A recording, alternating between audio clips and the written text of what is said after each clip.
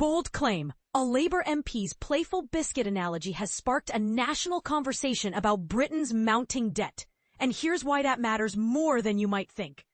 A Labour Member of Parliament has gone viral after publishing a video that uses biscuits to explain the country's ballooning national debt. Gordon McKee, representing Glasgow South, has racked up millions of views on X, formerly Twitter, and earned widespread praise for turning a complex topic into something accessible and memorable. In the clip, McKee sits at a table with a bookshelf in the background and introduces the key concept, the debt-to-GDP ratio. He acknowledges that this sounds dry, but emphasizes its importance. To illustrate, he uses a chocolate bourbon to symbolize the government's debt and a custard cream to represent the country's wealth. His narration tracks the numbers through recent history. When he was born in 1994, the debt stood at about 30% of GDP, meaning for every pound the country produced, the government owed 30p.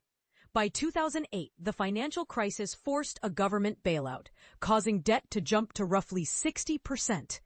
Over the following decade, under a conservative government, debt rose to around 80%. The narrative then ties this to a global disruption, a wet market example, that led to higher borrowing as normal life slowed. Today, the debt-to-GDP ratio sits around 100%. McKee points out that debt level isn't the whole story. He contrasts Britain with other nations. France at about 113%, the United States at around 120%, and Japan at an enormous 240%. The real issue, he argues, is not just the size of the debt, but the interest costs tied to the rate at which debt is accumulating.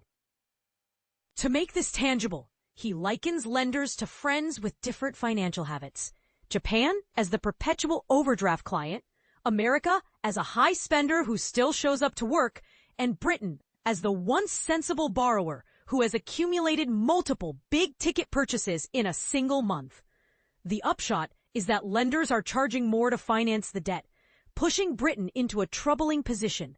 Roughly 8% of government spending now goes towards servicing debt, a figure larger than the entire defense budget. In other words, debt servicing crowds out other priorities, including national security. McKee signs off by inviting viewers to follow his X account for a second video in which he outlines potential steps to steer the country away from this debt trap. Reaction to the clip has been largely positive on social media, with many praising its humor and originality. The video marks a notable moment in how political figures engage with audiences. Gordon McKee was one of the first MPs to hire a dedicated content creator, a move that has prompted broader discussion about the role of media-savvy politicians in explaining fiscal policy. Question for readers. Do you think using everyday objects to explain macroeconomics helps or oversimplifies complex financial issues? Is this kind of approach effective for public understanding, or does it risk misinterpretation? Share your views in the comments.